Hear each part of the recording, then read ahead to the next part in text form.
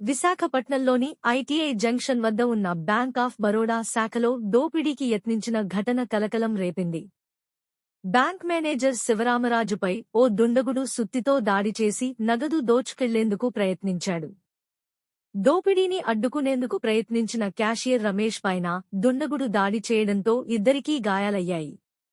ఈ ఘటనలో bank manager శివరామరాజుకు తీవ్ర గాయాలు కాగా వెంటనే చికిత్స కోసం ఆస్పత్రికి తరలించారు. అయితే బ్యాంక్ సిబ్బంది, స్థానికులు అప్రమత్తంగా వ్యవహరించడంతో నిందితుడు తప్పించుకోలేకపోయాడు. స్థానికులు అతడిని పట్టుకుని పోలీసులకు అప్పగించారు. పోలీసుల ప్రాథమిక విచారణలో నిందితుడు రవికుమార్గా గుర్తించారు.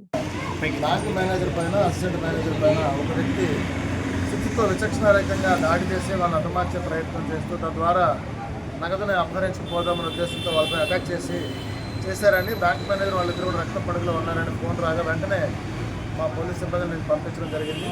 ఇప్పటికే రక్త పడుగులో ఉన్న వీళ్ళిద్దరిని కూడా ఇమీడియట్గా మెడికల్ హాస్పిటల్ షిఫ్ట్ చేయడం జరిగింది.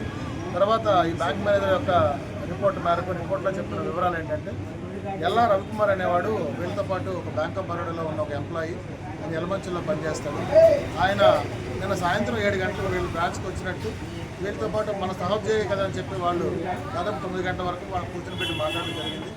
9 ఆ ప్రాంతంలో వీళ్ళు లోన్ల ద్వారా, గోల్డ్ లోన్స్ ద్వారా వచ్చిన బంగారాన్ని లోపల భద్రపడతామనే ఉద్దేశంతో ఆ లాకర్ రూమ్లోకి వెళ్ళారు.